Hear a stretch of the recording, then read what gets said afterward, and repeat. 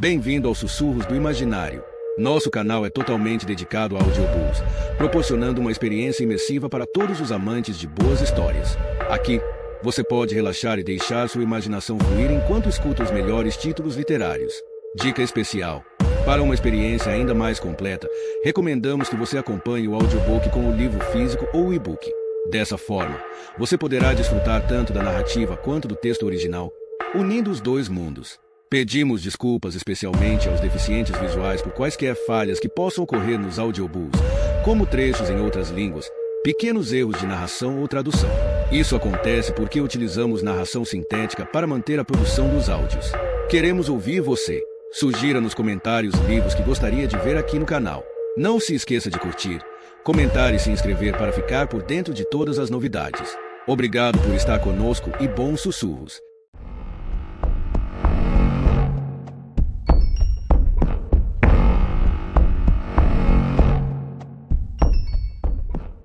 Parte 9, 1972, capítulo 36. Arthur, máquinas. Ellen, eu ouvi hoje. Você acha que eu nunca conto as coisas para você? Seu rosto, agora mesmo, lendo isso. É por isso que não conto. Às vezes, me lembro do meu pai, em choque por causa de bombas e explosões. Quando olho no espelho, vejo um homem morto. Gritos à noite. Minha cabeça despedaçada por um tiro. 38 dias na torre, a névoa ainda cobre tudo, como um pedaço de pano enfiado em uma boca. Passa um pouco das 5 quando Vince se levanta. Quem é ele? Pergunta. Você não sabe, companheiro, eles não me mandaram aqui de bobeira, diz Sid. Vince está mais fraco do que nunca. Peço que coma, mas ele diz que não consegue, vai vomitar tudo. Corto o pão mesmo assim. Como estamos sem manteiga, então uso um pouco da gordura cristalizada que tirei de uma carne há 3 semanas. Bill fuma um cigarro atrás do outro. Está com a broca na mesa e uma concha da qual desistiu. A broca é fina e incisiva. Esta tarde, eu flagrei revirando o quarto, remexendo a calça que peguei emprestada e devolvi, puxando os bolsos para fora. O que você está procurando? Nada. Ele enfiou a calça de volta no nicho e desceu a escada passando por mim. Será que ele ficaria assim se eu pegasse os dois juntos? Com o rosto vermelho, as mãos vermelhas. Vince desaba em uma cadeira. Que dia é hoje? Não sei que dia é. Só que faz 2 luas que vi seu barco, a embarcação com a vela rasgada e a mão acenando. Você está vindo me pegar, por isso cancelei a ajuda. Não queria que interferissem, mandassem alguém para cá que ia assustar você. Sid solta um fluxo contínuo de fumaça. Ele olha para Vince com frieza, sem piscar, feito um réptil. Você parece um garoto que eu conheço, diz. Não tem família no norte, tem?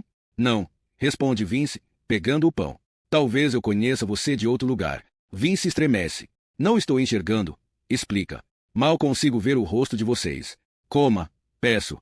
Depois volte para a cama. Preciso de um balde. Vou levar um para lá. Para vomitar. Eu sei. Hora do jantar. O estranho me observa por cima do prato, seus olhos azul claros, uma camada fina de gelo no vidro da janela em janeiro. Sid chegou ao amanhecer, depois que viu seu barco. 2 coisas chegando ao mesmo tempo, relacionadas, mas não relacionadas. Existe um livro sobre isso, A Colisão das Entidades. Eu o li na lanterna, em um dia perfeito de primavera, quando o amanhecer refratava pelas lentes de maneira tão radiante que a luz se tornava roxa e verde, laranja e rosa. Um caleidoscópio psicodélico. Pode levar dias, anos, milênios. Um grito das estrelas recebido anos-luz depois em terra. Não contei a ninguém sobre você. Eu sei da sua timidez. Você tem que confiar em mim. Você confiava em mim? Decepcionei você. Quero dizer que sinto muito. Quem foi o chefe? Pergunta Sid. Junto minha faca e meu garfo, alinho as pontas. Eu. Seria melhor se a massa estivesse mais arejada. O sapo está meio mole. O sapo é a salsicha. Não é? Não. É a massa. Você faz um buraco na massa e depois coloca a salsicha. A salsicha parece um buraco. Elas são os buracos. Por isso o prato se chama sapo no buraco. Essa porra é enlatada, interrompe Bill. Chame do que quiser. Bill pega o prato e o leva até a lanterna para manter o canhão disparando. Comprime os lábios. Talvez tenha pegado a doença de Vince. Penso que todos podemos pegar e estar mortos de manhã. Sid come mais. Ouço sua língua passar pela massa amarela. Quando Bill vai embora, alguém diz, ele está com medo de mim. Sid disse isso ou fui eu. É uma intoxicação alimentar. O estranho limpa os dedos em uma folha de papel toalha. O outro homem. Ele comeu o que não devia. O quê? Os chocolates eram para Bill. Mas ele não comeu. Ele sorri e uma ideia surge. Sedosa e rápida, como uma lontra na margem de um rio. Você pode resolver isso? disse Sid. Mas já entendeu tudo, não foi, meu velho? Uma cabeça boa como a sua. Vai ser uma pena quando não precisarem mais de faroleiros como você. O que vai fazer, então, hein? 30 anos é muito tempo para um homem que não tem nenhuma razão para viver, a não ser a esposa bonita. Mas de tempos em tempos você se pergunta o que faria sem ela. Olhar para ele é ficar na beira do precipício. Entrar em um cômodo onde não devo estar. Não posso deixar de ver o que meus olhos viram. A escuridão está sobre nós, dentro de nós, o pedaço de pano enfiado ainda mais fundo na boca. Quem é você? O silêncio é marcado por explosões vindas de cima, o chamado solitário do canhão, feito baleias gemendo umas para as outras através das ondas escuras. Perguntas que ecoam sem resposta. Vou embora de manhã, meu amigo. Não se preocupe com isso. Em seguida, ele se vira para o relógio de parede e diz: 15 para as 9. Tenho que ir dormir. 15 para as 9, repito. Essa é minha hora de dormir e essa é minha hora de acordar. Ele se aproxima de mim. Aqueles dentes. Sempre foi, sempre será. Dia após dia, o fim dos dias, o início dos dias. Assim nem preciso pensar nisso. Quando subo para o turno da meia-noite, Bill está dentro da torre, com o polegar no êmbolo. Sua cabeça está tombada para a frente, apoiada no peito. Ele não me ouve chegar. Paro bem atrás dele, perto o bastante para ver a faixa rosada de pele atrás de suas orelhas, que os dedos de Ellen tocaram. Quero perguntar por que ele achou que ia se safar. O sangue me toma. Meus órgãos, meu coração, minhas veias, um saco cheio de sangue. Bill. Ele se sobressalta. O detonador é acionado sem querer. Burrasrer. Merda. O que foi? Você estava dormindo. Desculpe. Você não serve para nada se dormir no seu plantão. Eu poderia agarrá-lo agora. Mas tem você. Que horas são? Ele se levanta. Quase cai. É inútil. Uma toupeira saindo do solo. Tem alguma coisa errada. Você está muito pálido, Bill. Ele não olha direto para mim. Só estou cansado. Deixa pra lá. Logo mais você vai embora. Vai estar em terra antes da gente e vai ficar ansioso para isso. Não é, cara? Diga a Ellen que daqui a pouco vou estar com ela. Está bem? Diga isso a ela por mim. Eu o vejo analisar a possibilidade e então quase abrir a boca para contar. Palavras impossíveis que poderiam ser ditas com facilidade. Por favor, Arthur, diz ele. Não entendo o que quer de mim. Vá logo lá para baixo. Ele faz o que mando. Apago o meu cigarro. 39 dias na torre às 2 da manhã. Confiro a luz, examino a chama. Recarrego o canhão, registro a visibilidade e a direção do vento, que sei que é leste-sudeste, mas uso a rosa dos ventos para ter certeza. Quando entrei para os faróis, gostava de voltar aos costumes antigos e às técnicas que valia a pena aprender. Aprendíamos tarefas adequadas, como fixar uma porta ou costurar um botão, assar pão, consertar aparelhos elétricos, preparar uma refeição ou acender uma fogueira. Tudo vale a pena. Mas aqueles homens em terra não conseguiriam fazer metade disso, pelo menos não a parte da costura e da cozinha. Depois havia as instruções para a iluminação, como funcionava e como devíamos consertá-la quando algo dava errado. Tudo me parecia útil e proveitoso. Não há vaidade nisso, nada pessoal, nada materialista nem irrelevante. Eu sentia que podia viver bem se tivesse que fazer tudo sozinho. Ellen nunca foi o tipo de mulher que achava que tinha nascido para cuidar de mim. Vai contra a natureza dela achar que uma mulher é minimamente responsável por isso, mas, de qualquer forma, não sei se gosta que eu não precise dela para nenhuma dessas coisas. Queria que ela soubesse de todas as outras maneiras como eu precisei dela. Maneiras invisíveis. Maneiras importantes. Eu poderia ter dito a ela esses anos todos, mas nunca falei. Por que não? Se ela estivesse aqui, eu poderia contar tudo que nunca consegui em terra. Pedir desculpas, e que tudo vai ficar bem. Se ao menos a gente pudesse voltar ao início. Tenho medo do dia em que não vão mais precisar de faroleiros. Quem eu sou sem os faróis? Sem este mundo, sem minha mulher. Quando a automação chegar, vamos sumir. Ouço as pessoas comentarem que já está acontecendo. O país todo está se preparando para isso. É o progresso, dizem.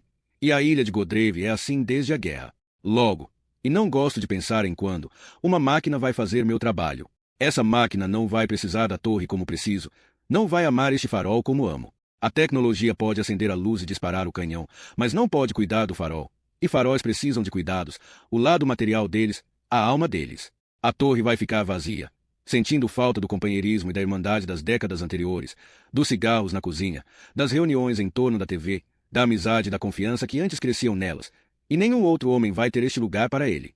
Depois, muito depois, em algum momento após meu plantão, a noite profunda se transformava em um amanhecer brilhante. No quarto, calculo mal a distância entre a porta e o cano do contrapeso e bato com o quadril nele. Vince está roncando.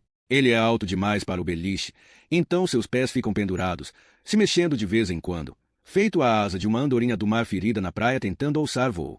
Encosto a palma da mão em sua testa. O ronco para momentaneamente. Vince abre um dos olhos, um brilho aquoso como o de uma foca. Pela janela, a quilômetros de distância, o mar seca e a terra se ergue. Há uma luz brilhando lá ou é na água. Quando essas torres foram construídas, eles fizeram questão de que nossos quartos fossem voltados para a costa.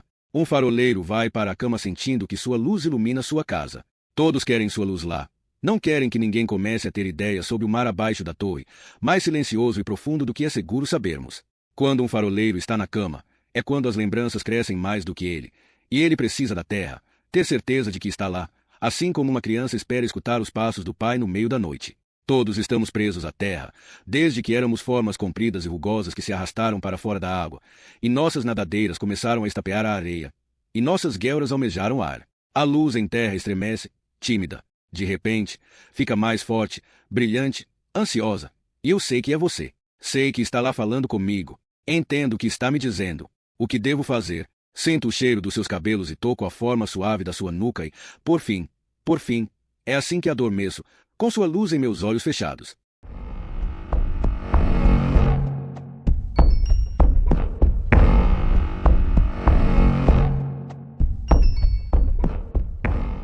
Capítulo 37. Bill. A pasta. Eu tinha 7 anos quando descobri que a matei. Meu irmão chutou uma bola de futebol na minha cabeça e disse: "Não seja chorão, Billyzinho. Assassinos não choram."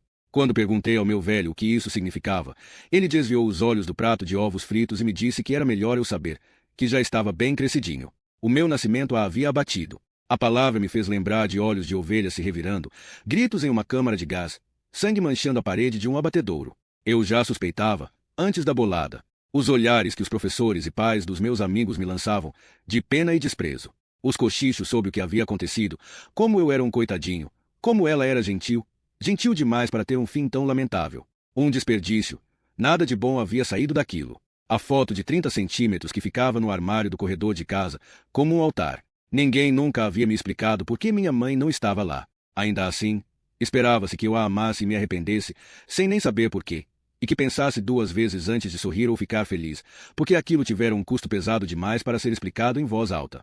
A sugestão de que a pessoa errada tinha sido perdida. A troca não valerá a pena. Aquela era a única foto que eu tinha da minha mãe. Foi assim que ela ficou em minha memória, com o passar dos anos, congelada em uma expressão ligeiramente sorridente. Eu nunca a vira irritada, triste ou rindo histericamente de uma piada, nada além do olhar gracioso e paciente que me dirigia quando eu chegava da escola ou apanhava dos meus irmãos. Ninguém mais me perdoou. Só ela. No instante em que conheci Ellen Black, ela me lembrou aquela imagem. Mas, dessa vez, eu podia falar com ela, tocar sua pele. Podia segurar sua mão.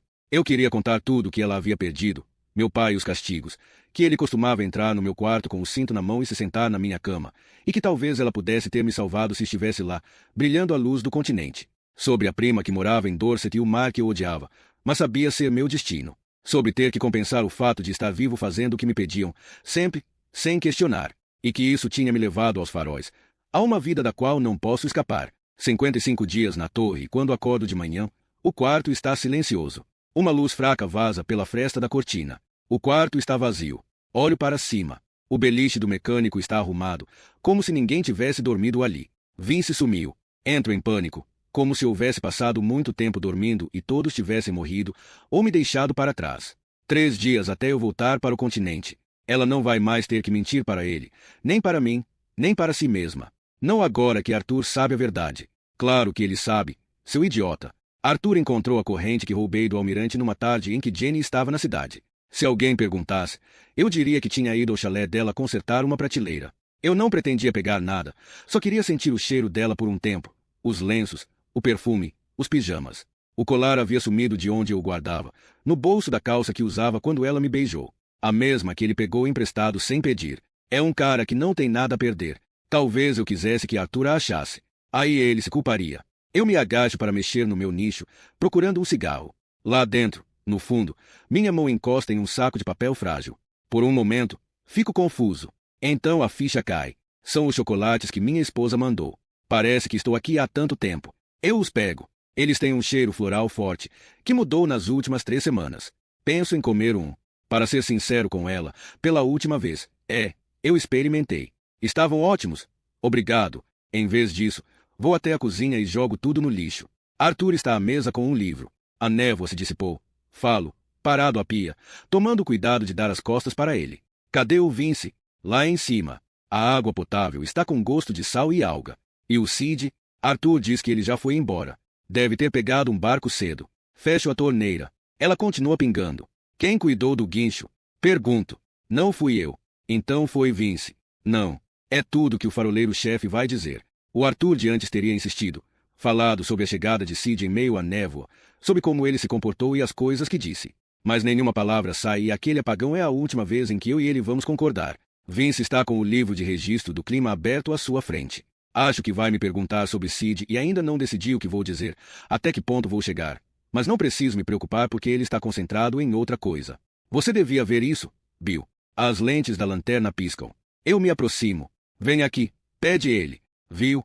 Olho por cima do ombro dele para as folhas na mesa. Achei que só podia ser do ano passado, explica Vince, abalado. Foi o que pensei quando vi. Não pode estar certo.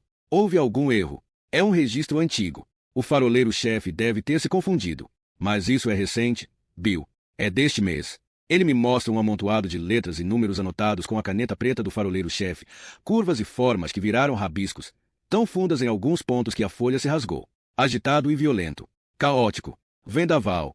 Tempestade violenta se transformando em furacão. Força 10, 11, 12, diz Vince. Nunca tivemos a porra de um 12. Isso não é verdade. Nada disso aconteceu. Então eu vejo a bolsa. Está no primeiro degrau da escadinha que leva à luz. É pequena e quadrada, algo que ninguém notaria de cara, e Vince ainda não a viu. Não é o kit de ferramentas que esperaríamos que um mecânico tivesse, e sim uma pasta. Fina, compacta e brilhante como um gato molhado de chuva. Bill, chama Vince. O que vamos fazer? A bolsa é da mesma cor de Sid. Daquela cor indescritível. Esse é o nosso acordo. Arthur sabe disso e eu também. Que o mecânico não era um mecânico, no fim das contas. Que nenhuma pessoa normal sai da torre sozinha, sem deixar vestígios.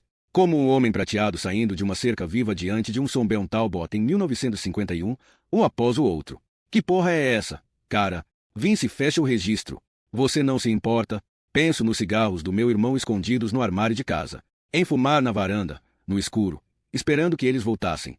Penso no aroma úmido e metálico da chuva. Fuja. O que é isso? Pergunta ele, virando-se para onde estou olhando. Vou até a pasta, me ajoelho, abro os fechos e fico surpreso quando ela se abre. Bill, sua voz soa ansiosa. O que tem aí dentro? Quero ver. Eu olho. Não consigo. Nada. Respondo, fechando-a. Está vazia. Às vezes, em casa, Jenny captura uma aranha com um copo. Como não gosta de aranhas, ela faz isso rápido, como se não pudesse pensar naquilo ou ver. Simplesmente cobre o bicho e o leva embora. Pego a pasta do mesmo jeito, sem pensar nela. Então a levo para o mezanino e a jogo por cima da cerca, no meio do mar.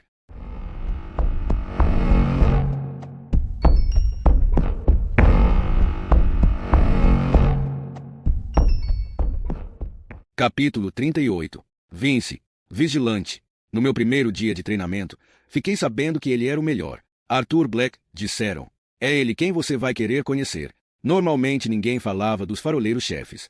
Notoriedade não era uma coisa boa. Por exemplo, o faroleiro-chefe dos Querris, que passava o tempo todo pelado lá, supostamente porque podia, porque a esposa dele não permitia isso em casa. O homem fazia o trabalho sem nada no corpo, desde trocar o pavio a lavar o chão.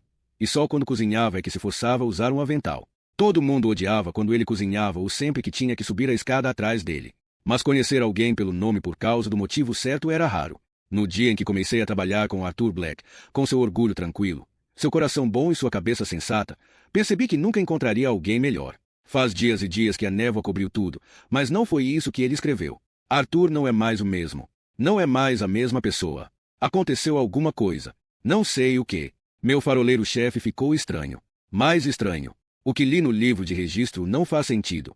Já analisei isso de todas as maneiras que encontrei, mas sempre acabo chegando à mesma conclusão. Arthur envelheceu. Ele errou. Nada é pior do que isso e não vou deixar minha cabeça desconfiar de outra hipótese. 20 dias na torre e o mar parece uma aquarela, fotografada com uma luz esverdeada. É o meu turno, mas não observo o mar, e sim a praia. Patrulho a costa distante com meus binóculos, de olho no capanga do Ed porque aposto que ele vai voltar, seja qual for seu nome verdadeiro.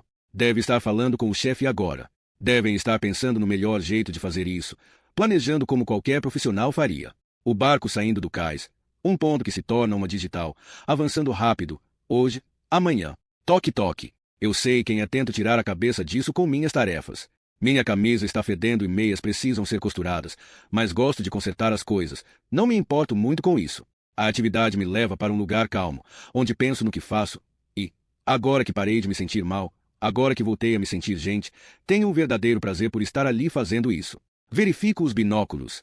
Quando conheci Michelle, pensei, é isso que vai acontecer. Erika vai contar a ela o que eu fiz e ponto final. Erika vai deixar que eu me aproxime e depois vai tomar isso de mim porque era o que acontecia na minha adolescência. Em toda a família, esperavam que eu sentisse alguma coisa por eles. Mas, depois de 6 ou 8 vezes, não dá mais. Aí a gente ouve que é frio e estranho e que ninguém gosta da gente. Que tem algum problema com a gente. Mas Erika não contou. E agora acredito na nossa vida no chalés pela primeira vez, Michelle e eu. Um futuro para nós dois. Às vezes acho que ela é igual aos faróis e que foi por isso que me senti atraído por ela, ou porque me senti atraído por eles. Estava no escuro, boiando por aí, então, de repente, vi uma luz mais clara do que qualquer outra coisa que já tinha visto e não tive escolha a não ser ir até ela e torcer para que me acolhesse. Não vou deixar essa luz apagar, não por causa de Ed, nem por ninguém. Na cozinha, enfio o braço no espaço sob a pia. É mais ou menos do tamanho de um tijolo. Para quem tem o pulso fino como o meu, basta curvar o braço lá dentro da parede. Por um segundo, entro em pânico, pensando que o capanga de Ed o achou, mas não, está ali. Pego a arma e confiro se está carregada. E, quando penso no que estava escrito no registro, caso eu esteja errado e Bill esteja certo, sei que só há uma solução. Eu mesmo, só eu, vou resolver os problemas. As coisas apodrecem depois de um tempo em uma torre. Foi o que me disseram na sede. Cuidado com as torres, elas podem enlouquecer alguém. E eu sinto muito pelo faroleiro-chefe e por Bill se Sid voltar, se trouxer Ed com ele. Sinto muito por isso, de verdade. No fim da tarde, o vigilante da Trident chega para encher os tanques de água. Algumas das estações dos rochedos têm maneiras de filtrar água e nós temos o suficiente para nos manter por meses, mas, por estarmos tão longe e com tão pouco espaço, temos que receber água potável. O barco se chama Espírito de YNYS, seja lá o que isso signifique. Arthur diz que tem a ver com o feiticeiro gaélico, mas vai saber. Barcos recebem todo tipo de nome. Mike, é você? Grita Bill do atracadouro. Oi, Bill. Quer levar alguma coisa para o continente? Só a mim mesmo. Não vai demorar muito, meu amigo, diz o pescador. Quantos dias? 3. Melhor cruzar os dedos. A previsão diz que há uma tempestade vindo. E parece que vai ser feia. Sid veio aqui consertar o gerador, explica Bill, de repente. Você conhece esse sujeito? Quem é Sid? Um cara grande. Ficou umas 2 noites. Mike Sener balança a cabeça. Em terra, disseram que o faroleiro-chefe cancelou o pedido. Quando? Quando o gerador quebrou. Mike leva a mão à testa e semicerra os olhos para olhar o atracadouro. Vou pedir que verifiquem. Eles com certeza não mandaram ninguém? Deixe para lá, Bill, falo. Ninguém vem de barco para cá há muito tempo, afirma Mike. Com aquele tempo, não dava. Se um homem fosse maluco o bastante para isso, a gente ia ficar sabendo. Ninguém viu o cara em terra. Acho que não. Bill está abalado. Mas eu sei. Ed tem caras especializados em nunca ser vistos. Vou falar com eles, diz Mike, para você ficar mais tranquilo. Mas acho que não vão acreditar, Bill, que alguém veio até aqui sem que eles soubessem. Vão dizer, ninguém poderia fazer isso, Mike, seu safado. Você sabe que ninguém conseguiria fazer uma coisa dessas.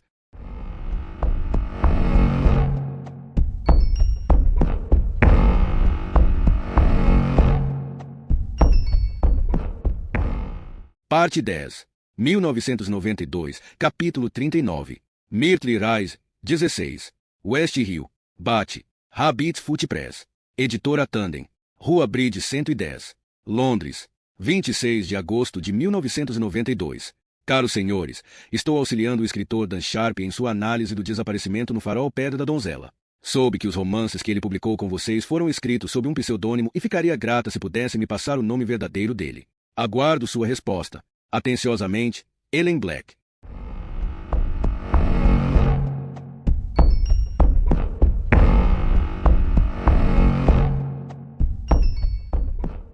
Capítulo 40. Ellen.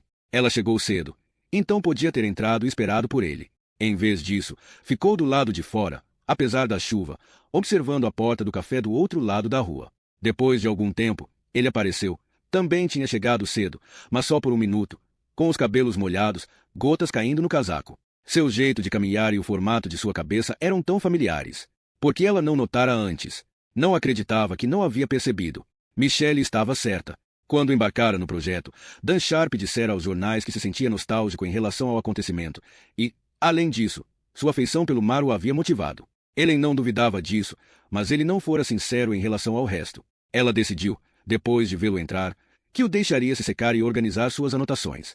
Já estava pronta para a última confissão. Agora que sabia quem ele era, contará tudo a ele, com exceção daquilo, que era o mais importante, e mesmo assim não mentira. Simplesmente não havia revelado tudo. Antes, ela sentirá certa desconexão.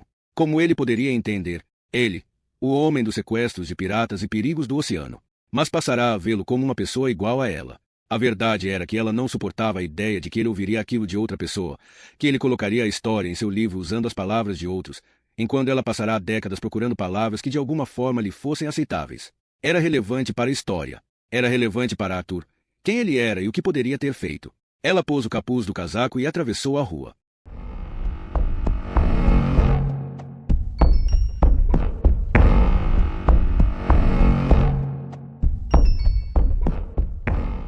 Capítulo 41. Ellen. É bom me sentar. O ônibus me deixou a quilômetros daqui, mas foi culpa minha. Era de esperar que eu já conseguisse diferenciar todos eles, mas nunca me lembro de quais vêm até aqui. Está bem. Um bule de chá, por favor. Vou começar do início. É um lugar tão bom quanto qualquer outro. Só que a memória não funciona assim, não é? São vários pequenos flashes de momentos que surgem em uma ordem curiosa.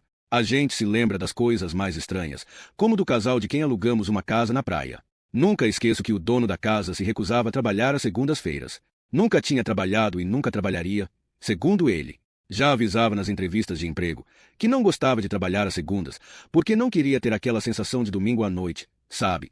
Quando a gente se prepara para voltar ao trabalho e as coisas parecem, como posso dizer, estranhas. Acho que, quanto maior o trauma que a gente sofre, mais nossa cabeça se prende às coisas mais frívolas. Fica mais fácil lidar com elas assim.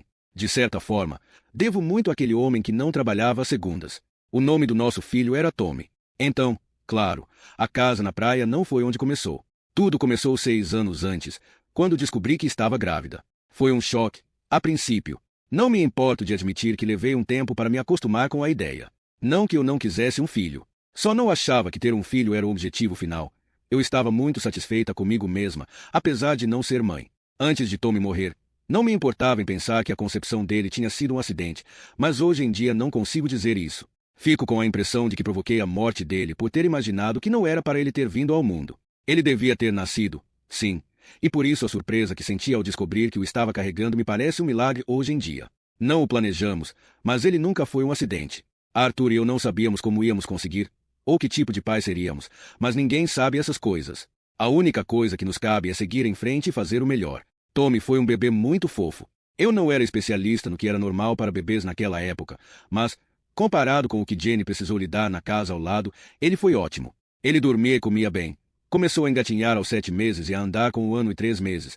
E, meu Deus, o que a gente esquece é muito triste. Achamos que vamos decorar cada coisinha porque cada coisinha neles nos consome. O que comem, os barulhos que fazem, os punhos fechados e os braços balançando, os cabelos ralos na nuca e os ombros macios e redondos no banho. Mas não conseguimos. Toda semana seu filho é substituído por outro, um maior, mais avançado, e eu acho que não é possível se lembrar de todas as personalidades direito. É como conhecer 10 pessoas diferentes em 2 anos. Mas eu e Tommy tínhamos uma coisa, a gente gostava um do outro. Éramos amigos. Desde que nasceu, ele tinha um sorriso que era só para mim. Você parece triste. Não tem filhos. Bom, então vai ser mais fácil. Também vai ser mais fácil falar com você sobre isso.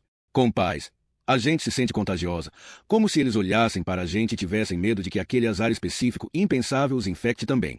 Ou eles têm a sensação de que estão escutando nossa história, mas não ouvindo direito porque estão ocupados, pensando, graças a Deus não foi com a gente. Quando me perguntam se tenho filhos, eu penso no que dizer. Às vezes digo que não, o que é tecnicamente verdade. Não tenho filhos. Outras vezes digo que sim, que tinha um filho, mas ele morreu. E sabe o que eu queria que me perguntassem? O nome dele.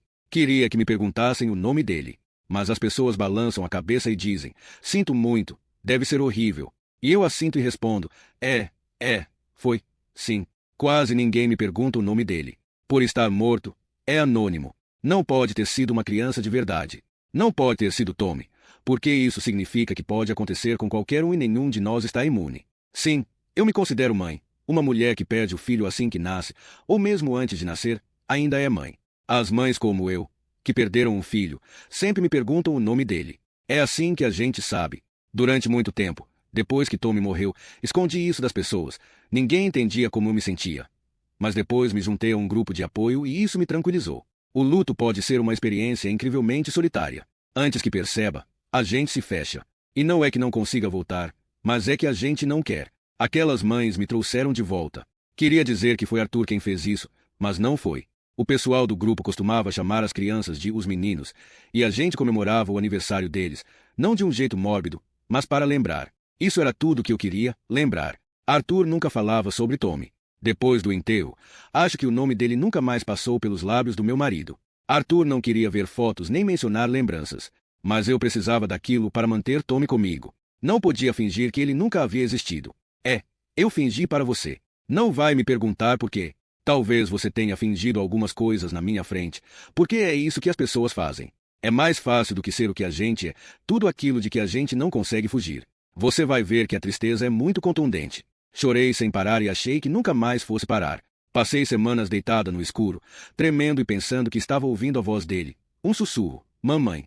Isso durou meses. A dor me derrubou. Ainda derruba, mas agora eu a sinto chegar. Então consigo ficar de pé. No início, ela me pegou, um golpe baixo. Eu cheirava as roupas de Tommy, e a morte dele não parecia real. Como o cheiro dele ainda podia estar lá e ele não. Todas as coisas esperavam por ele, mas ele não ia voltar. Dá para entender por que escondi isso. Arthur voltou para a donzela logo depois que Tommy morreu. Achei que a gente fosse sair da instituição e colocar um ao outro em primeiro lugar, mas não.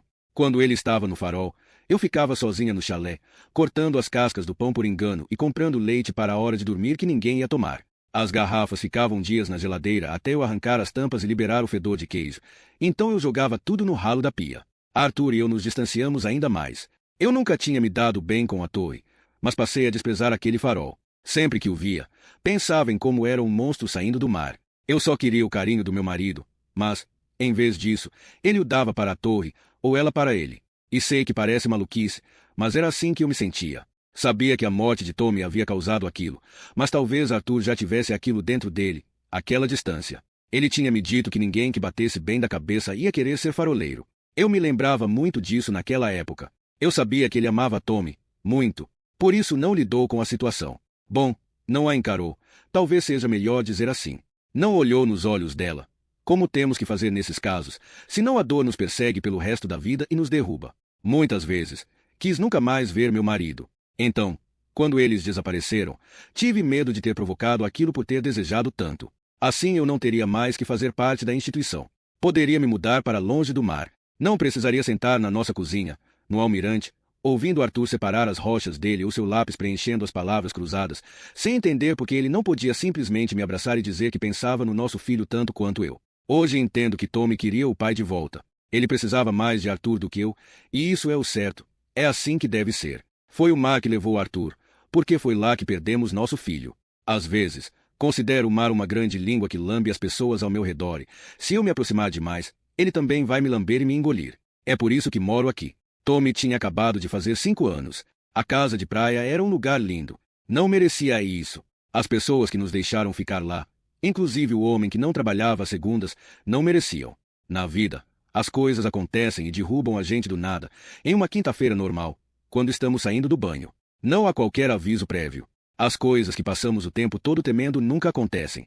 Pelo menos não da maneira que a gente imagina. Nosso filho estava ansioso pela primeira viagem que faria com um pai que mal ficava com ele. Na época, Tommy demonstrava interesse pelo trabalho de Arthur, pelo fato de o pai ir e vir e pegar um barco para voltar ao farol, pelas histórias que ele contava sobre tempestades e contrabandistas, que eu supunha serem, na maior parte, inventadas, mas talvez não fossem.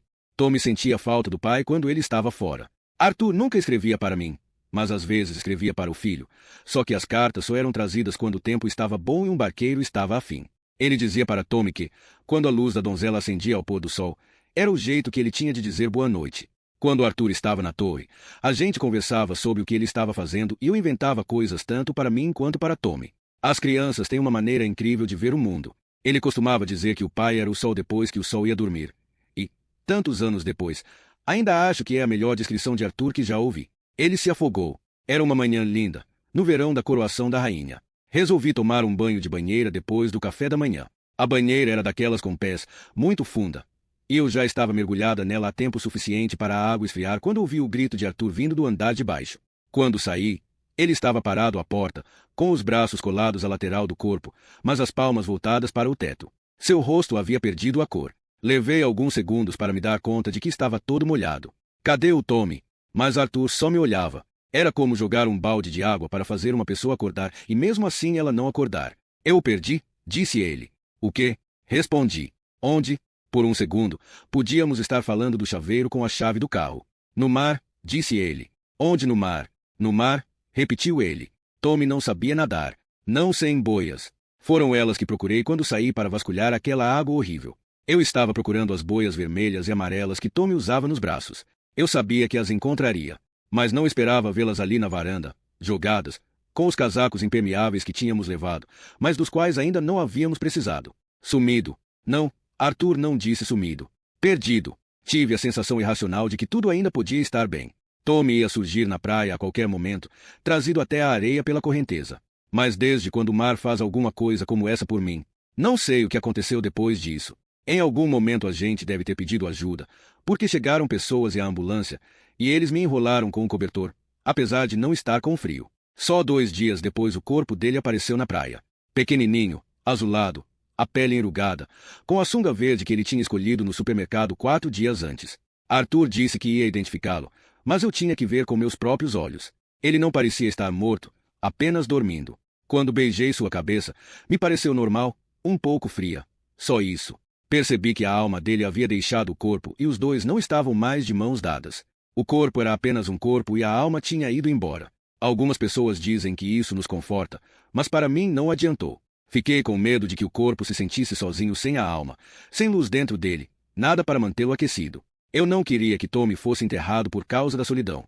Aquilo tomou conta de mim. Não conseguia me livrar da ideia de que ele ficaria com frio e sozinho no necrotério, no caixão e, por fim, debaixo da terra. Até hoje tenho certeza de que, se o tivéssemos enterrado, eu ainda passaria noites em claro, pensando que os ossos dele estavam sozinhos na terra. Nós o cremamos. Eu não queria que sobrasse nada. Eles tinham ido caminhar no raso. Não tinham ido para o fundo, segundo Arthur, por isso ele não levou as boias. Tommy estava com água na altura do umbigo. Era isso que Arthur não parava de dizer. E eu queria que ele parasse, porque aquilo só me fazia pensar em Tommy quando bebê, na época que ficava grudado em mim, durante todos aqueles meses em que eu mantivera em segurança e na porra dos 20 minutos que eu tinha passado na banheira. Arthur havia se afastado para pegar a câmera. Estava a alguns passos de distância, na varanda. Como era um menino curioso, Tommy deve ter ido para mais fundo, 1 ou 2 passos, e afundado. As correntezas eram famosas ali. Ele tropeçou, se debateu e se afogou. É assim que eu imagino que aconteceu. Que foi rápido e indolor. Quando Arthur voltou com a câmera, já era tarde demais. A culpa foi um monstro que eu tive que espantar. Se eu a tivesse deixado me dominar, teria matado Arthur sem pensar 2 vezes. Teria sufocado meu marido enquanto ele dormia. Mas ele não precisava que eu dissesse que tinha sido culpa dele. Não sei como uma pessoa pode superar isso, porque a tristeza já é ruim sem a culpa. Eu sei que ele se sentia culpado, e isso era a raiz do problema. Por esse motivo ele não conseguia me olhar nem me tocar. E queria ir para o farol. Claro, eu percebi que ele queria ir embora com Tommy. Ficar com ele de novo. Que tudo que meu marido sentia foi aumentando e aumentando dentro dele até explodir. Não sei como ele teria feito isso e não consigo imaginar que tenha feito. Nem com Bill e Vince nem com ele mesmo. Não consigo. Mas acho que as pessoas são capazes de qualquer coisa, dependendo das circunstâncias. Se o momento chega. Se nunca mostram todas as cartas que têm. A verdade é que não é normal um homem ficar preso em um farol no meio do mar. A Trident nunca vai admitir que eles não deviam ter obrigado homens a fazer isso. Qualquer homem. Em qualquer momento. Porque não é um estado natural e o preço é alto no fim das contas. Quando a gente se conheceu, eu não estava pronta para falar dos relógios. Mas posso falar agora. 8h45 foi a hora em que Tommy morreu. Os 2 relógios na donzela pararam às 8h45. Não acreditei quando soube. Ainda acho que existe uma chance de não ser verdade. Um pode tranquilamente ter parado 5 ou 10 minutos depois, ou antes. E nesse caso não seria nada além de uma coincidência infeliz. Mas as pessoas gostam de padrões, não é? E é um detalhe interessante. Mas nunca esqueci. Sempre penso nisso. E se Arthur foi o responsável? E se? E se? E se? Inúmeros caminhos não percorridos. E se eu nunca o tivesse conhecido? E se ele nunca tivesse me cumprimentado na fila em Paddington? E se nunca tivéssemos entrado para a instituição? E se nunca tivéssemos tirado férias? Ou se a casa de praia nunca tivesse sido construída? Ou se aquele homem tivesse decidido trabalhar às segundas-feiras e ganhado mais e acabado comprando a casa não aqui, mas no exterior, um chalezinho em uma colina na Toscana? E se eu nunca tivesse tomado aquele banho? Às vezes acho que, se eu tivesse a chance de dizer isso para Jenny Walker, explicar quem eu sou, talvez ela entendesse. Meu momento de fraqueza com Bill. Meu único erro. Ou então não há desculpa. É mais do que Bill? Claro, provavelmente é. Até aceitei que Michelle fosse para Cornwall explicar meu lado da história, mas foi uma ideia boba e, além disso, sou eu que tenho que falar, não outra pessoa. Mas acho que, se eu puder consertar as coisas com Jenny, se me acertar com ela, então alguma coisa boa vai ter saído disso. Sabe, existem coisas que eu devia ter dito e eu queria ter dito. Para Arthur e para Tommy, mas não posso ter os dois de volta. É tarde demais, mas não é tarde para os outros. Algumas luzes ainda podem ser acesas.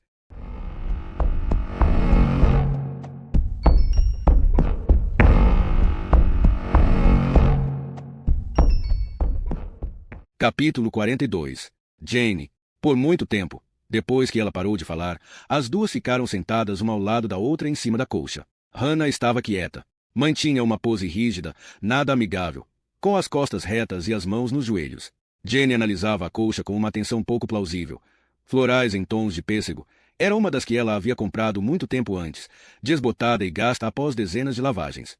No andar de baixo, a porta da frente se fechou e o último convidado da festa foi despachado. Greg havia subido para ver onde elas estavam e Hannah pedirá que ele se desculpasse em nome dela. Hannah se virou para a mãe. Você está me dizendo que tentou? Jenny enxugou o nariz na manga da blusa. Não sei o que eu estava tentando fazer, querida. Eu nunca quis machucar seu pai. Você tem que acreditar em mim. Eu só queria que ele... O quê? Fosse meu marido de novo. Pela janela aberta, ouviram um cortador de grama ser ligado na casa ao lado. Um som corriqueiro, que se tornará mais nítido. O mundo antigo, antes de Jenny revelar seu segredo, e o novo. Esse é o problema com os filhos, disse Hannah. A gente acha que está sendo esperto quando esconde coisas deles, mas não dá para esconder as coisas. Não conseguimos esconder nada. Jenny não tirou os olhos do bordado. Ela havia se deitado com Bill embaixo dele muitas vezes, as crianças entrando correndo no quarto, manhãs preciosas. Como assim? Eu sabia, respondeu Hannah. De certa forma, no fundo, eu sabia. Eu me lembro de você parada ali na cozinha. Papai estava indo embora. Você chorava, sem falar com ele. Senti o cheiro de alvejante. Havia uma daquelas caixas de chocolate, a etiqueta do frasco. Não entendi o que aquilo significava. Pensei que tivesse inventado. Você era minha mãe. Nunca faria isso. Mas aconteceu e agora você está me dizendo que eu estava certa. Hannah ficou em silêncio. Jenny se obrigou a erguer os olhos. Você se lembra dele? Perguntou. Sempre diz que se lembra. Lembro. Lembro que ele costumava me dar um beijo de boa noite. Toda noite em que estava em casa, quando achava que eu estava dormindo. Ele ia até o meu quarto e fazia carinho na minha bochecha. Eu me lembro de estar sentada no colo dele para ouvir uma história, antes de dormir. Do cheiro dele. Verniz e tabaco. A gente saía para procurar a lua, quando o céu estava claro, quando o sol se punha. Eu imaginava o farol dele assim, parecido com a lua. Jenny nunca se sentirá tão envergonhada. Para uma criança de 7 anos, explicou Hannah, parece que a vida só é feita de alguns momentos. Pedaços de uma imagem sem nenhuma conexão. Só mais tarde que a gente consegue ligar os pontos. E agora você conseguiu, disse Jenny. Hannah balançou a cabeça. Do lado de fora, na rua, crianças passaram de bicicleta. Seus gritos chegaram ao volume máximo, depois se perderam ao longe. Quando você me contou que papai traía você, admitiu Hannah, isso também devia ter sido um choque. Mas não foi, mãe. Eu já sabia. A gente foi à casa da Ellen naquela vez. Você e eu, na sala de estar dela. A concha do papai estava na prateleira, atrás do porta-retratos. Não era igual às que ele fazia para você. Era para uma amante, não para uma esposa. Dava para ver que ela havia tentado esconder, mas não tinha conseguido. Eu teria reconhecido as conchas dele em qualquer lugar, mesmo em uma praia com outros milhões de conchas. Os pontos cor-de-rosa tinham se tornado líquidos e nadavam diante dos olhos de Jenny. Você apertou minha mão com tanta força quando voltamos para casa, lembrou Hannah. Torrada com feijão para o lanche. Só que você queimou o pão e o raspou na pia. Hannah a encarou. Seus olhos estavam marejados. Por que você não me disse nada? Como eu podia dizer? Não na época. Depois. quando contou sobre o caso. E se você ficasse horrorizada comigo? Não estou horrorizada, mas deveria. Jenny então viu a filha de um jeito novo, como uma mulher, não sua filha, ou a filha de alguém. A preocupação marcava sua testa, feito cortes em uma torta. Uma disposição para compreender, algo que nunca fora fácil para Jenny. Para ouvir sem julgar. Eu sei quanto você amava o papai, disse Hannah. E quanto ele magoou você ao fazer aquilo. Não significa que isso fosse certo, mãe. Não foi certo, nunca será. Mas... Ela procurou as palavras mais adequadas. Acho que não tem como terminar essa frase. É só o mais. Sempre existe outra maneira de ver as coisas, não é? Sempre há mais coisas a considerar. O que você deve estar pensando de mim? Disse Jenny. Que você estava com raiva e triste. Sinto muito mesmo, meu amor. Ele sentiu? O quê? Ele sentiu muito? Não sei, respondeu Jenny. Tinha muita coisa que eu não sabia sobre Bill. Hannah passou uma caixa de lenços de papel para ela. Seus dedos se tocaram. Achei que você fosse me odiar, disse Jenny. Não odeio você. Se eu soubesse que seria a última vez que veria seu pai. Não. Hannah cobriu a mão de Jenny com a sua. Você foi uma boa esposa. Ela estendeu os braços e a abraçou. Foi o melhor abraço da vida de Jenny. Quente, apertado e forte como as raízes de uma árvore e melhor do que todos os que ganhará de Bill. As rodovias a deixavam nervosa. Ela preferia estradas menores, só que levava o dobro do tempo. Tinha ouvido falar que rodovias eram mais seguras, se fosse para acreditar nas estatísticas, mas ela não sabia como isso podia ser verdade, na velocidade com que tudo acontecia. Bastava um segundo e ela voaria pelo para-brisa. Jenny tinha pesadelos com essa possibilidade, fogueiras de membros no acostamento, sangue no vidro estilhaçado. Às vezes, ela se imaginava em meio aos destroços, outras vezes, imaginava conhecidos. Ou então era Bill, um acidente fatal com que ela se deparava por acaso e acabava reconhecendo o rosto dele. Então era ali que ele estivera, depois de todos aqueles anos, levando outra vida, dirigindo outro carro, a caminho de outra casa com outra família. Então ele olhava com arrependimento para ela, enquanto ela entendia tudo aquilo e segurava a sua mão enquanto ele morria. Posso dirigir, se você quiser, sugeriu Hannah, mexendo em um pacote de jujubas para pegar as verdes e colocá-las no espaço sob o freio de mão. Não faça isso, pediu Jenny. Vão grudar no carro e encher de poeira. É aqui. Saída 6. Jenny deu a seta para sair da pista lenta. A buzina de um caminhão soou. O que foi que eu fiz? Você está no acostamento. A via de acesso fica ali. Aqui. Ali. Meu Deus. Mãe. Meia hora depois. Elas pararam na convenção de videntes da Espiral de Luz de Birmingham. Cristais e cartas, arco-íris e anjos. Um homem de moicano que prometia descobrir o espírito animal dela por apenas 50 centavos. Jenny costumava esconder a viagem. Mentia. Dizia que ia até a piscina. Agora ela não precisava mais fingir, nem sobre aquilo nem nenhuma outra coisa. Tinha desperdiçado tempo demais fingindo quando não precisava. Tem certeza? Perguntou Jenny, sabendo que Hannah não gostava daquelas coisas. Ainda assim, ela dissera que iria, se aquilo significasse que ia conhecer Dan Sharp. Elas haviam combinado que dariam 1 hora a ele, até às 11, quando Wendy faria uma sessão. Tenho, respondeu Hannah. Ela soltou o cinto e, de repente, se aproximou da mãe para beijar sua bochecha. Posso ter uma imagem dele, mas, se as últimas semanas me ensinaram alguma coisa, foi que toda história tem mais de um lado.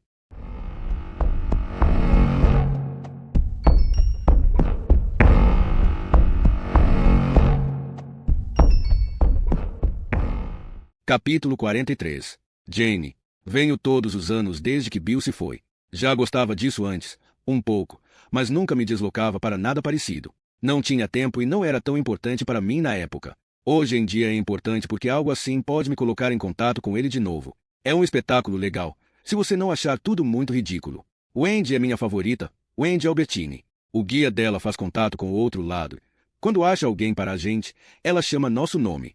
Continuo esperando minha vez. Depois que você veio me visitar, fui falar com uma vidente. A médium disse que iam se aproveitar de mim e eu pensei, bom, aposto que já sei quem vai ser. Mas aí a Júlia passou lá em casa e me pediu 5 libras emprestadas. Depois, vi que ela tinha pegado o dobro da minha bolsa. Então pode ter sido isso. Eu sabia que a Hannah ia revirar os olhos quando ouvisse isso. Ah, por favor, meu amor, não é como se você já não tivesse feito coisa pior. Cada um com seus problemas. Só digo isso. Quando alguém passa pelo que eu passei, não se importa com o que as pessoas pensam. Eu me identifico com as pessoas daqui. Elas perderam alguém que amavam, assim como eu, mas também sabem que a pessoa ainda pode estar por perto.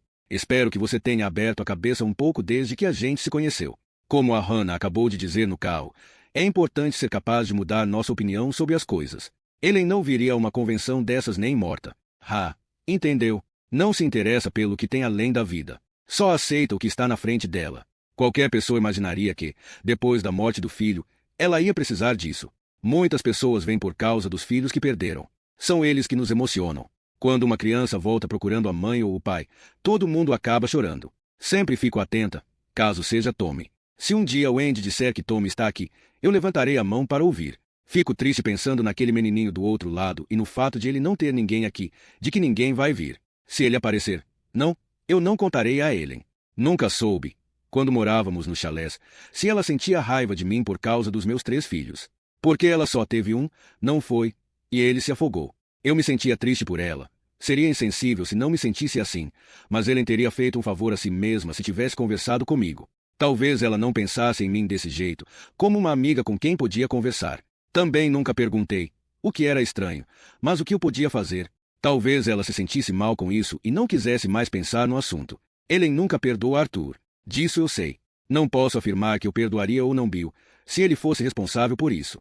Mas sempre fiquei incomodada porque Bill achava que o casamento deles era perfeito. Ele dizia que era muito bom ver que os Black não tinham que viver um grudado no outro o tempo todo, sabe? Fazer tudo juntos e saber o que o outro estava fazendo, como marido e mulher sabem. Quando a gente se mudou para o Masters, perguntei a Ellen como ela lidava com todos aqueles anos vendo Arthur ir embora e ela me disse que era da personalidade deles. Os dois gostavam de ficar juntos, mas também gostavam de ficar sozinhos. Era como se fossem 2 vidas acontecendo em paralelo, e não uma vida só. Achei que tudo aquilo tinha a ver com Tommy. Nossos maridos já não tinham independência suficiente na torre. Tinham todo o tempo do mundo para eles quando estavam lá. Bom, mas parece que Ellen precisava de alguém, porque ela foi atrás de Bill. Não estou dizendo que não existem mistérios nessa questão, por causa do menino e o que isso causou a ela. Não consigo imaginar, para ser sincera. Não consigo imaginar como seria perder um filho. Mas ainda assim não entendo por que Bill fez isso. O homem que se casou comigo, que achei que me amava por todas as características que fazem com que eu seja eu e não ela. Ellen não era uma de nós. Não era uma esposa da Trident no sentido tradicional. Como era em St. Bays ou em Bull Point, todas nós farinha do mesmo saco. Esposas e donas de casa, livros de receita na prateleira, pães de ló e chá na mesa às 6. Trabalhávamos juntas. Não enganávamos umas às outras nem tomávamos chá com o marido alheio. A esposa de Frank, Beth, fazia mais meu estilo, uma moça sincera de Bolton, sem frescura. E os meninos dela e minhas meninas costumavam brincar juntos. Eu percebia que Ellen tinha ciúmes. Não tenho orgulho disso, mas admito que gostava do fato de ela ficar enciumada. Ellen tinha muitas coisas que eu não tinha, mas naquilo eu ganhava. Eu devia ter falado com Arthur sobre o caso quando ele estava em casa. Hannah diz que eu devia ter falado, e eu queria ter feito isso. Agora eles se foram. É tarde demais. Isso me faz pensar na minha mãe, em tentar uma última vez com ela, descobrir se ela ainda está viva, ligar, mandar uma carta. Veja, vou estar me protegendo se fizer isso.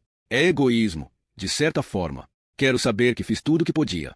Sei melhor do que ninguém como é ter essa escolha arrancada das nossas mãos. Se eu tivesse falado com o Arthur, a gente poderia ter pensado em um jeito melhor de agir. Porque foi uma coisa boba, uma ideia boba que tive para devolver parte do que eles haviam me feito sentir. O que posso dizer?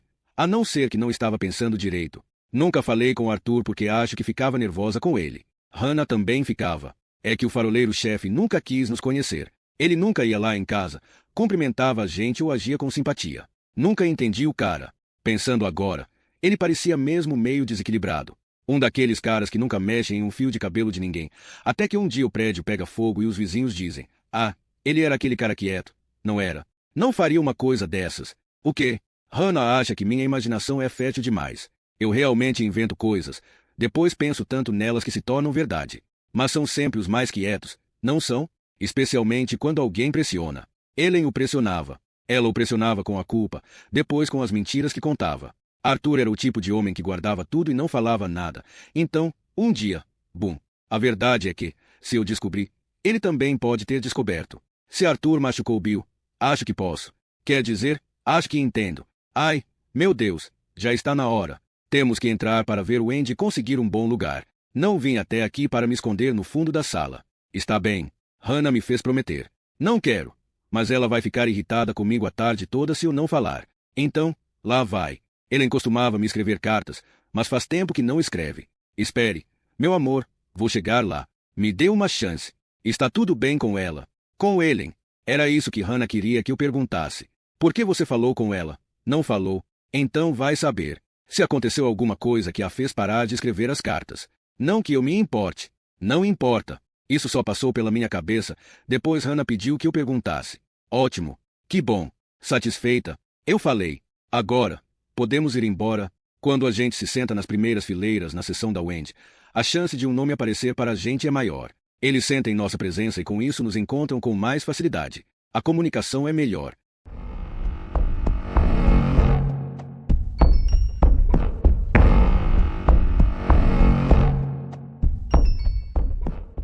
Capítulo 44. Michelle. Naquela noite, enquanto preparava uma carne para Roger, ele perguntaria sobre o dia dela e ela inventaria que não havia feito muita coisa.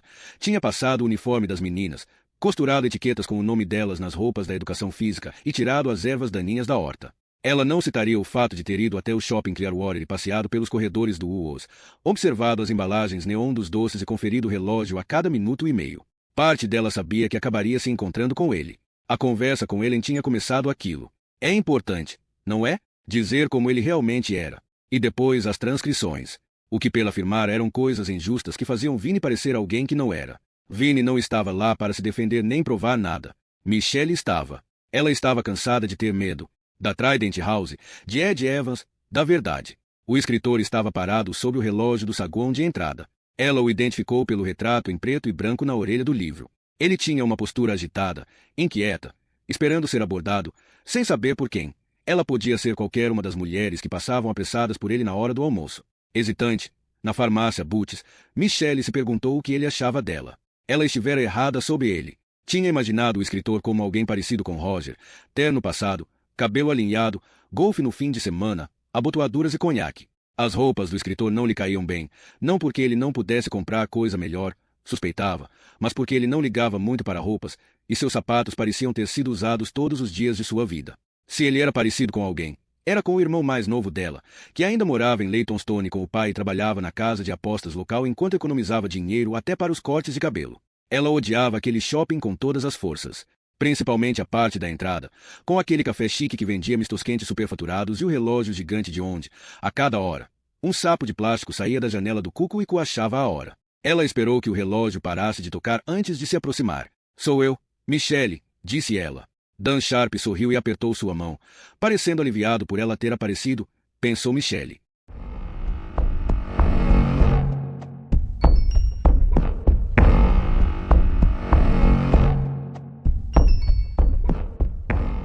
Capítulo 45. Michelle. Lá estão eles. É deprimente para cacete, não é? Manter pássaros em gaiolas. É a pior coisa do mundo. Normalmente, eu não pararia nesta loja, porque não aguento a piação.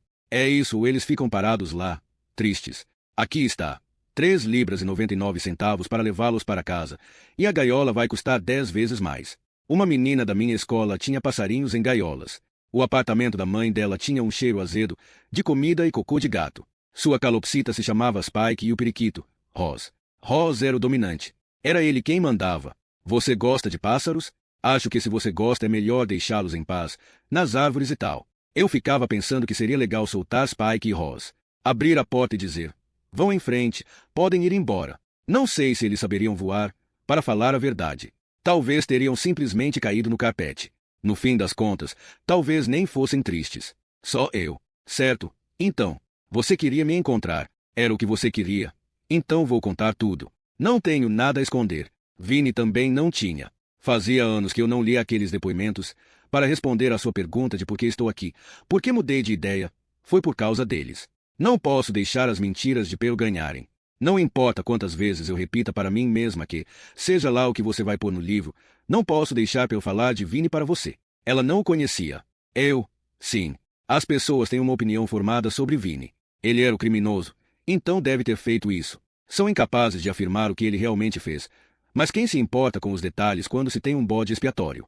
Os outros dois, Arthur e Bill, a Trident tenta convencer a gente de que eles nunca fizeram nada de errado, mas, se você cavar um pouco, vai achar um monte de sujeira. A sujeira do Vinnie estava lá para todo mundo ver. Ele não tinha nada a esconder. A Trident sabe que você está escrevendo um livro. Eles parecem legais por fora, mas devem estar preocupados, porque ficam me procurando, dizendo que, se eu falar com você, Vão me fazer pagar por isso. Vão cortar minha pensão, que nunca achei que receberia, porque eu e Vini não éramos casados, mas eles querem me manter calada, então continuam pagando. Roger, meu marido, aceita de bom grado. Não suporta ouvir um pio sobre Van, mas recebe o dinheiro sem problema. Aposto que Ellen e Jenny também receberam cartas. Mas acho que chega uma hora em que a gente está velha demais para ficar com medo. A Trident manteve distância, fingiu que não teve nada a ver com eles. Não queriam que as pessoas soubessem que havia o inimigo de Vini na instituição. Já era ruim ter contratado um criminoso. Se as pessoas descobrissem a ligação entre Vini e aquele cara, isso arrastaria a instituição de volta para o centro do caso. Não sei dizer o que aconteceu, mas acho que foi uma coisa diferente. Foi o cara que Mike Senner mencionou para eles. O mecânico. Nunca aceitei o fato de a Trident ter ignorado essa informação. Até Ellen disse que era bobagem por causa do jeito de Mike, que era o maluco da região. E, sim, talvez fosse. Mas, mesmo que um doido passasse esse tipo de informação, eu ainda ia querer investigar, não acha? A verdade é que não era bom para a Trident dedicar tempo a nada que Mike Senner tenha dito, porque isso provaria que eles não tinham controle sobre o serviço. E parece mesmo impossível, para quem conhece os atracadouros das torres, que um cara tenha ido até lá sem que ninguém soubesse. Mas só pode ter sido possível. O suposto mecânico queria se vingar do Vini e, claro, conseguiu. Mas estou me precipitando, não é? Vamos nos sentar. Pero já tinha as ideias dela sobre o jeito de Vini desde o início. Entendo que ela estivesse apoiando a irmã pelo jeito que Vini foi concebido, mas fazer uma criança acreditar que ninguém a queria. Dizer que ele era igual ao pai estuprador. Depois trancar e espancar o garoto sempre que ele respondia. Por que será que ele acabou na cadeia? Bom, Vini não via sentido em mais nada. Ninguém mostrou a ele que havia algo mais. A gente reage ao que a vida nos dá, e só posso dizer que a vida deu um monte de merda para ele. A não ser pelos faróis. Os faróis davam esperança a ele, e não faz sentido pensar que ele jogaria isso fora. Se estivesse aqui, eu diria: você lembra o que ele fez da última vez? Uma pessoa que faz isso é capaz de qualquer coisa, mas ela estaria errada. Assim como estava errada quando disse que ele tinha batido na Pamela e cuspido nela quando era pequeno. Vini nem sequer ficou com a mãe durante a maior parte do tempo enquanto ela estava viva e, para mim, ele deve ter batido nela sem querer, como todos os bebês fazem, como minhas filhas fizeram, enquanto aprendiam a ficar sentadas na cadeirinha, ou a ter a fralda trocada, ou a tomar mamadeira, ou a dormir, ou sei lá o que. É ridículo dizer que ele fazia de propósito. Os hematomas da Pam vinham da agulha. Sim, Vini sabia ser mau. Devia saber, para fazer o que fez. Não era uma maldade boba, tipo dizer alguma coisa para magoar alguém, mas das feias, tipo, se ele quisesse machucar você, então você provavelmente ia se machucar. Era melhor não irritar o homem. Mas preciso dizer que ele também era leal. Quando gostava de alguém, nunca duvidava da pessoa. É por isso que eu sei que ele era leal a Trident, porque eles eram leais a ele. Aquele emprego fez toda a diferença para ele. Você sabe do Torre Branca? O nome verdadeiro dele era Ed Evans. Erika me contou como era o lugar onde eles moravam. Ela disse que Ed e Vini mandavam em todo mundo. Eles viviam se enfrentando, tentando pegar um ao outro. Quem estava do lado de quem tinha qual garota, quem ficava com o quê. E o problema é que ninguém se lembra do motivo de tudo isso, porque era tudo inútil. Mas, quando Ed foi atrás do melhor amigo de Vini, aí a situação mudou. Erika disse que ele tinha batido tanto em Reg que Van teve de ir até lá resolver aquilo. Eles só queriam avisar Ed para se afastar. Não sabiam que ele tinha uma filha. Como iam saber? Depois que conseguiu o emprego na Trident, Vini ficou sabendo que Ed estava trabalhando lá. Ele não viu o cara desde aquela noite, quando a última coisa que Ed tinha dito para ele foi que, um dia, ia se vingar pelo que eles haviam feito. Contei isso para os detetives. E eles falaram com Ed, ou pelo menos disseram que falaram.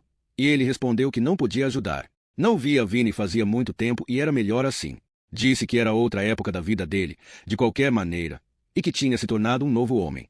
E como ele teria chegado lá e feito o que estavam sugerindo. Como teria desaparecido com os 3 faroleiros de uma torre que era mais estreita do que o banco onde estamos sentados. Mas na época isso me fez pensar e ainda faz. Só porque Ed não sujou as próprias mãos, não significa que outra pessoa não tenha feito isso por ele. A Trident insistia que não tinha mandado um mecânico para a torre. Nunca houve mais ninguém lá, só os 3. Eles usaram a transmissão de rádio para provar. Arthur pedindo que mandassem um mecânico e depois retirando o pedido, dizendo que estava tudo bem, pode cancelar, já consertamos. Mas Arthur não disse quem consertou nem como. A Trident simplesmente supôs, como fez com todo o resto, que foi ele, Bill ou Vini. Mas posso afirmar que Vini não teria a menor ideia de como consertar nada, muito menos um gerador a diesel. Ele mal conseguia trocar uma lâmpada. É que ninguém mais viu o tal mecânico. O pessoal da Trident achava que alguém devia ter visto o cara, ainda mais porque ele tinha uma aparência muito estranha. Eles também não acharam nenhuma pista do barqueiro. Mas é isso que os homens de Ed são. Fantasmas. Ele pode ter escolhido qualquer um dos homens que trabalhava para ele, mas escolheu Sid. Sid recebeu ordens de matar os três, se livrar dos corpos e depois sumir. E foi exatamente o que fez. Isso foi esquecido junto com outras teorias. Havia muitas na época, então era difícil saber em qual acreditar. Havia boatos por todos os cantos, pessoas dizendo coisas loucas, e, depois de um tempo, a gente não sabia mais no que acreditar. O tamanho da corda que sumiu do depósito, por exemplo. A Trident negou, claro, apesar de um dos detetives deles ter confirmado anos depois que era verdade. Eu sei que isso faria sentido se uma onda tivesse arrastado os homens para o mar, como Ellen acredita, e a corda foi jogada para ajudar. Talvez. Acho que o tal Sid estrangulou os três com ela. Já contei como foi e como Vinny estava muito envolvido nisso. E, quando Ed atacou Reg, tudo aconteceu. Vinny ficou com raiva. Ele disse que estavam indo até lá para mostrar a ele. O cachorro não devia ter se metido. Foi uma questão de estar no lugar errado na hora errada. Tinham decidido fazer aquilo de última hora, de supetão, e era algo ruim. Iam apenas invadir o apartamento de Ed, mas não sabiam que a filha dele de 6 anos estava lá. Ela saiu para o corredor de pijama, começou a chorar e acabou acordando Ed. Alguém falou: "Calem a boca dessa garota", e aí Ed a encontrou e pensou o pior, por isso sacou uma faca e tudo aquilo aconteceu. Ed sacou uma faca para atacar Reg e o matou. Reg morreu nos braços de Vinny. Vinny deve ter perdido a cabeça porque aquilo tinha sido ideia dele. E agora? Eles não sabiam da menina e aquilo também tinha sido culpa dele. Ele surtou. Todos surtaram. Então ouviram o cachorro do lado de fora, amarrado no canil. Aposto que Ed se arrependeu de ter prendido o cachorro justamente naquela noite. Era um pastor alemão. Vinny disse que o bicho tinha o focinho apodrecido e partes do pelo faltando. Não foi ideia dele pôr fogo no cachorro. Foi de um dos outros, mas nenhum deles estava pensando direito. Tinha sangue para todo lado e Reg estava morto. Então eles fizeram isso. Amarraram Ed e fizeram a filha dele assistir ao próprio cachorro pegando fogo. Ed observou a filha vendo o cachorro. Tinha sido decisão de Vinny ir até lá, mesmo que ele não tivesse decidido fazer o que fizeram. E ele podia ser muitas coisas, mas não era covarde. Ele se entregou para a polícia, não tinha nada a perder, não tinha família para cuidar, já tinha ficha suja, então era melhor que fosse ele. Como falei, quando ele era leal a alguém, era leal mesmo. No fim das contas, foi só um cachorro. Ele pegou 2 anos e saiu. Mas tem algo nesse fogo, não tem? E no fato de terem colocado a menina para assistir. Tem alguma coisa nisso. As pessoas podem falar o que quiserem sobre Vinny, e talvez ele tivesse um lado ruim. Mas nós todos temos, não? Quando a gente sofre muita pressão, se uma coisa faz a gente perder a cabeça, o que estou dizendo é que todos temos um lado ruim, sabe? Depois que Reg morreu, Vinny quis deixar aquela vida para trás. Tinha sido a última vez. Ele queria ser melhor e sabia que podia ser. Eu também sabia disso. Olhe, Vinny incluiu este poema na última carta que me mandou. Pode fazer o que quiser com isso. Quando a Trident me perguntou se eu tinha recebido alguma coisa dele na época, falei que não. Sabia que eles nunca iam me devolver. Mas, quanto mais o tempo passa, mais eu duvido que Vinny tenha escrito isso. Ele gostava de poesia, adorava palavras. Achava que os poemas o faziam parecer frouxo. Mas não é incrível que um homem sem educação consiga pôr coisas assim no papel. A questão é que não é o tipo de coisa que ele escrevia. Não sei explicar. Simplesmente não é. Porque eu o conhecia. Ele me mandava poemas de vez em quando, mas não vou deixar você chegar perto deles. Este é diferente. Ele dizia que conversava muito com o faroleiro-chefe sobre poesia. Acho que foi Arthur quem escreveu e pôs no envelope. Não sei. É só um palpite. Vinny sempre soube que o passado dele ia atrapalhar. Achava que, não importava o que fizesse nem em que velocidade fizesse, o passado sempre estaria lá, esperando por ele. E estava. Essa é a parte triste. O passado esperou mesmo por ele. Ele teve aquele tempo nos faróis no mar, achando que podia ser livre. Mas é igual a um passarinho na porra de uma gaiola, não é? Ele fica bem enquanto está na gaiola. Mas, assim que a gente o solta, ele vê o que estava perdendo. Percebe que não nasceu para aquilo, que as asas dele não funcionam, no fim das contas.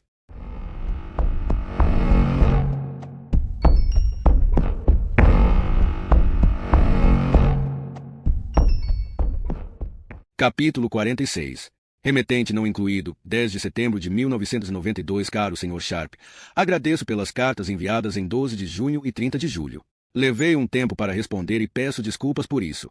Meu trabalho na Trident House na época do desaparecimento no farol Pedra da Donzela é uma fonte de inquietação para mim.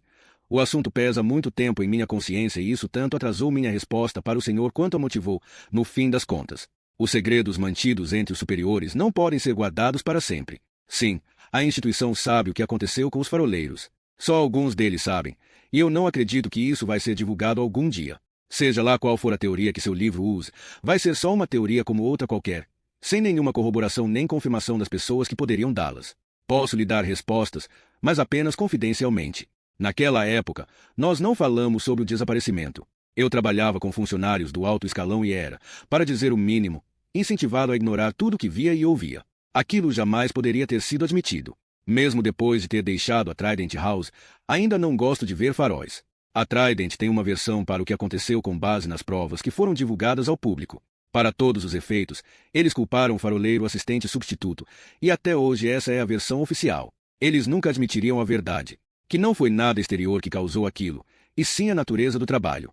Havia mais do que as famílias ficaram sabendo. Investigações sigilosas feitas pela Trident posteriormente, busca por digitais, avaliações psicológicas e a descoberta crucial do livro de registro do clima. Essas coisas trouxeram à tona um culpado diferente. Um faroleiro foi o último a tocar em todos esses objetos. O mesmo faroleiro fez anotações errôneas no registro e foi avaliado por especialistas como portador de um transtorno de personalidade causado por estresse pós-traumático e depressão. Acreditam que ele tenha matado os outros durante um surto. A Trident nunca quis divulgar isso porque valorizava Arthur Black. Ele era admirado, uma medalha de honra para a instituição, prova de que eles cuidavam das pessoas a vida toda. Faroleiros-chefes são muito importantes para a Trident. Os responsáveis não promovem o homem a faroleiro-chefe a menos que o admirem muito. Admitir que ele foi o culpado mancharia de forma vergonhosa o que hoje é visto como um estilo de vida romântico. Os detetives tinham duas teorias para as motivações de Arthur. Uma delas envolvia o substituto. Vincent Bourne havia escondido dinheiro na torre. Arthur descobriu, planejou roubá-lo, se livrar dos outros dois e depois fugir. Parece inverossímil, talvez, mas não tanto quanto os milhares de outras teorias inventadas ao longo dos anos. A segunda era que Bill Walker estava tendo um caso com a esposa de Arthur, Ellen. Não é difícil entender se o motivo for esse. Mas nenhuma dessas possibilidades me convenceu muito. Acho que a vida no farol simplesmente levou a melhor sobre Arthur. Eu não poderia ter um emprego daqueles. Você poderia. Espero que o que eu disse tenha ajudado em sua pesquisa e peço que o senhor mantenha meu anonimato em relação a esse caso. Atenciosamente, assinatura.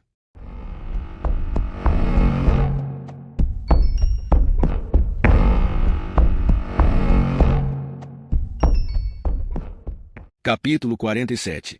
O sinal. Conheci um homem perto do mar, que olhava a água e começou a falar. Está vendo a verdade? E apontou para o sul e eu vi. Um fogo preto queimando em azul, meu coração está perdido. Tornou a falar. Está perdido ali no meio do mar, pode encontrá-lo. Trazê-lo para mim? Não posso seguir com uma falta assim.